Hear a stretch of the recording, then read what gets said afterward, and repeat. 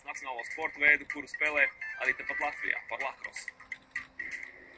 Latvijas lakrosa izlase lēnām, bet pamatīgi turpina gatavoties pasaules čempionātam, kas jūlijā risināsies Mančestrā.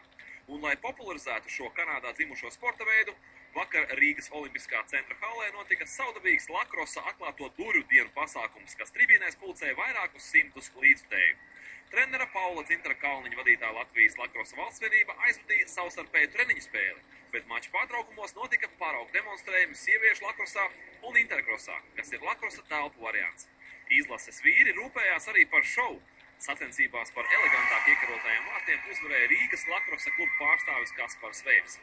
Lakrosa draugus ar savu klātbūtni pagodināja arī Kanādas vēstnieks Latvijā, kurš cita starpā sacīja, ka ir priecīgs par mūsu olimpiešu startiem Vankūverā un joprojām pārdzīvo par Jāni Miņinu un Latvijas hokeistu neveiksmi izšķirošajā cīņā ar Čehiem.